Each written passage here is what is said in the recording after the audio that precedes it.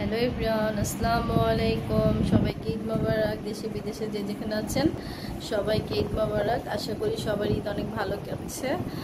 আর যে রমজান মাসটা শেষ হয়ে গেলো, সত্যি 30টা রোজা যারা আমরা রেখেছি, রমজান মাসটা চলে যাওয়াতে খুবই খারাপ লাগছে। আর আজকে ঈদের দিন সকাল থেকে হঠাৎ করে আমার শরীরটা খুবই অসুস্থ লাগছে, গলায় ব্যথা, একটু ঠান্ডা লেগেছে, জ্বর লাগছে। তো এই জন্য আজকে ছোট্ট একটা ব্লগ শেয়ার করছি।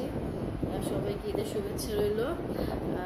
সবাইটা যেন অনেক সুন্দর কাটে, ভালো কাটে। আর সবাই যারা আমার চ্যানেলটা সাবস্ক্রাইব করেছে তাদেরকে অসংখ্য ধন্যবাদ। আর যারা আমার চ্যানেলটা একটা সাবস্ক্রাইব করেন, প্লিজ সাবস্ক্রাইব করে আমার পাশে থাকবেন, যেটা আমার যে ছোট্ট স্বপ্ন নিজে কিছু করার, সেই স্বপ্ন পূরণ হয়।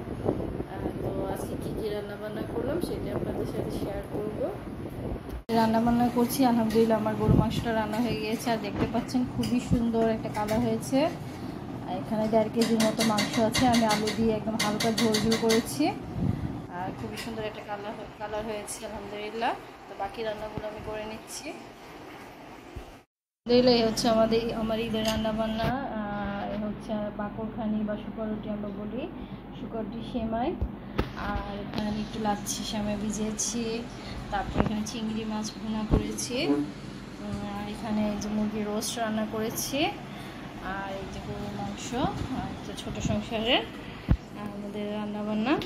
তো আপনাদের সাথে শেয়ার করলাম আমি ঈদে কী কী রান্না করেছি। আর সবাই ঈদটা সুন্দরভাবে কাটুক সেই দোয়াই করি। আর সবাইকে আমার ঈদ মোবারক।